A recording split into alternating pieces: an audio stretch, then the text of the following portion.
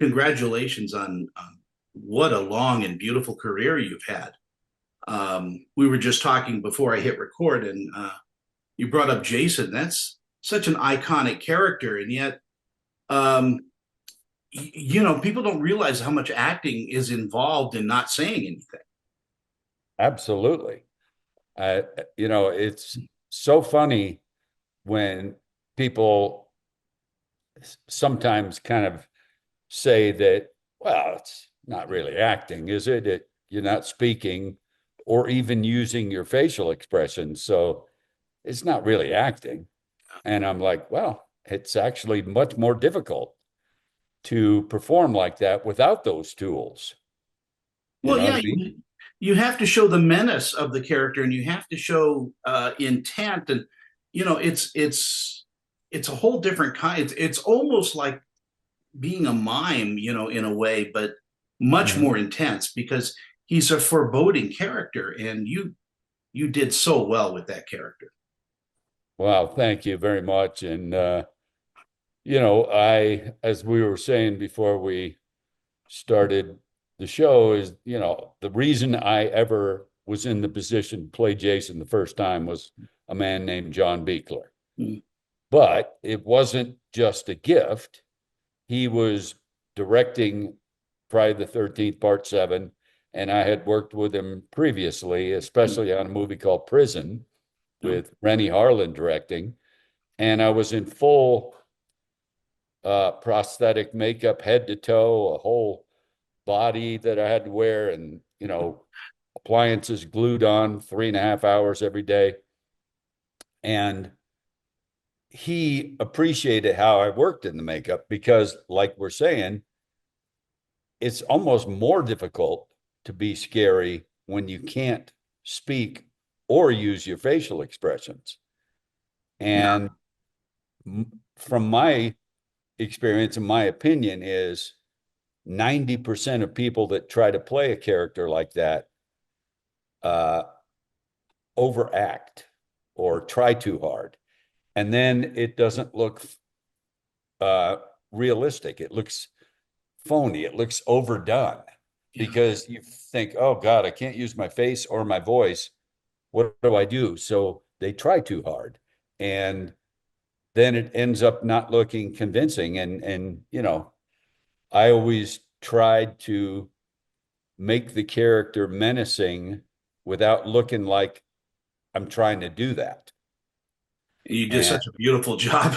yeah, I appreciate that. That's how you know, first couple makeup tests at John Beekler's shop before we started shooting, I'd just look in the mirror and do things with Mm. the entire makeup and costume on and do things and see what things that I thought looked convincing and scary and not overacting. And that's when I came up with the breathing thing. I thought, and you've heard this before, but I always thought that if Jason was staring, motionless, staring at somebody, it almost looked like a mannequin Mm. because he's not doing anything. So I thought, what can I do to make it look like he's about to explode? And then I tried the breathing thing and everybody liked it. So I did that throughout my Jason career. Well, 13 years, by the way, that I you played could, the yeah. character. It's such, like I said, a long and wonderful career. And now we're talking about the Activated Man, in Right. which this is Tony Todd's one of his final films. And Tony was a dear friend of mine. I know you knew him pretty well. Very Uh, well. Yeah. Such a gentle giant he was. Right. And it's so unfortunate because I think, first of all, the activated man, I personally am very proud of because I've never had that much dialogue before in a film.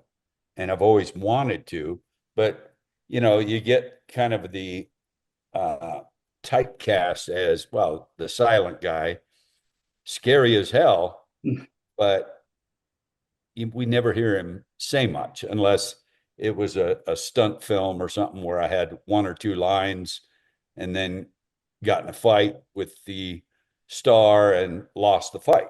So I hardly ever really had dialogue. And Nick had the confidence in me to give me a role that had so much dialogue, and I welcomed it because I had been wanting to do that for a long time. But as I said, most people didn't have the confidence that I could pull it off. And then I find out I'm doing the movie with my good buddy Tony Todd. It's obviously his film, and I think he's tremendous in it.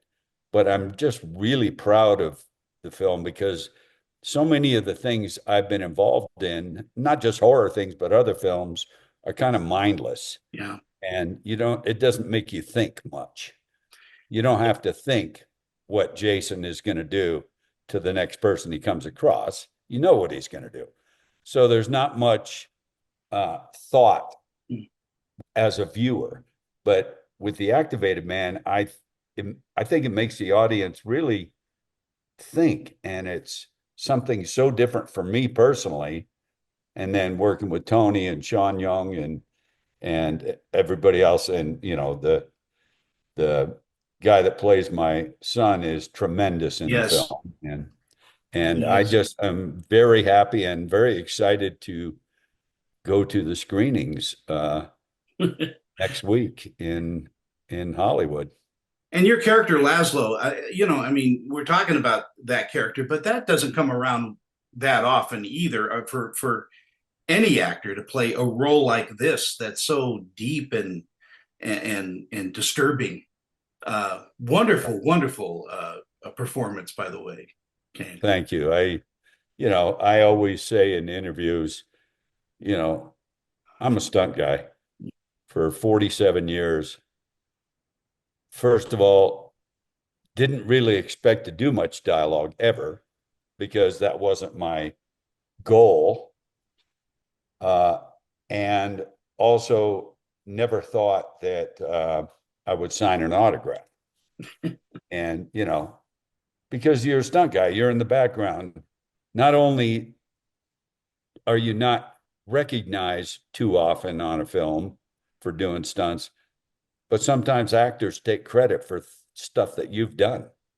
And it's Mm, a little frustrating, but I kind of understand it because, they have an image and, you know, everybody that says they do all their own stunts, they don't.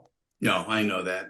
They do a lot sometimes, but often there are quite dangerous stunts that an actor will do. But what you don't realize is that stunt has been perfected over months of trial and error with stunt people, figuring out the safest way to do a stunt, and uh, all the danger is in that point. Once it's perfected, virtually anybody could do the stunt, like hanging on the outside of an airplane. Yeah, Uh, by the time the actor did it, it was no chance of getting hurt or killed.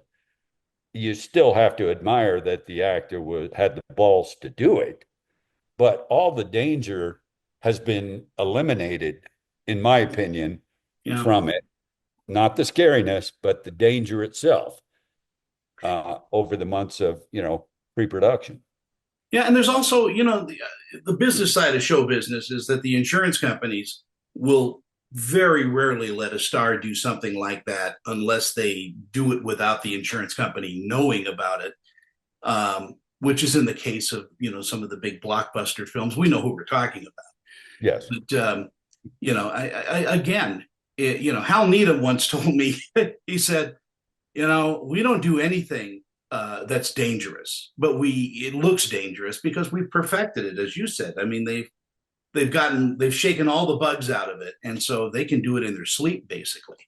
As much as possible. Yeah. I mean, there's always a factor of something happening that was totally unexpected.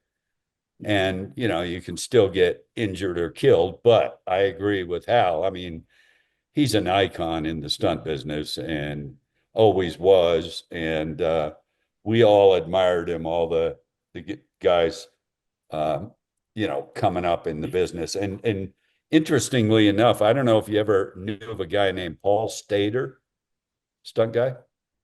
No, I never. He did a lot of like swords and weaponry. He was a stuntman, and his son Peter continued in that career. But Paul ran a stunt school, and I went to it in 1975. Hmm. And it's so ironic that one of the other students, he was more advanced than me, was a guy named Tom Morga. Oh, And he played Jason in yeah. part five.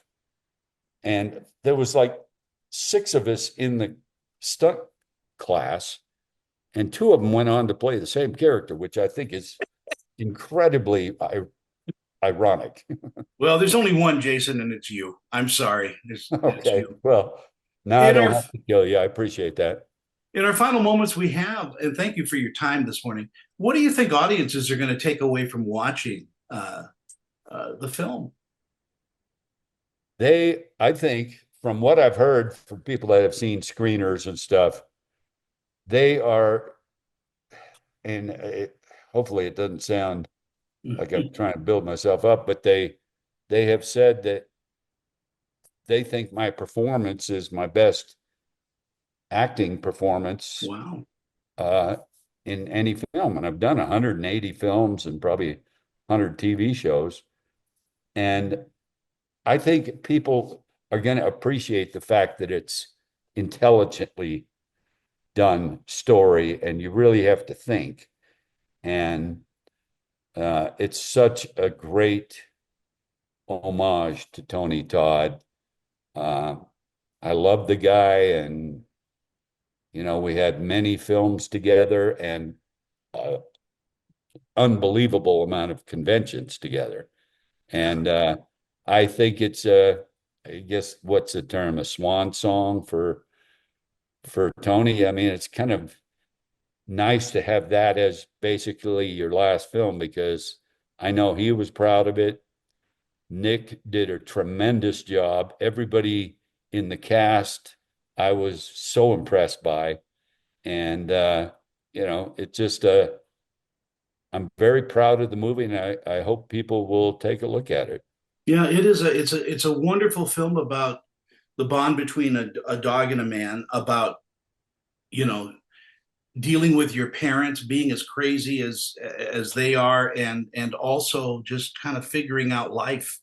So it's got all those themes through it, and yet it's just creepy as hell too. Right. That's a great combination. Intelligent and creepy.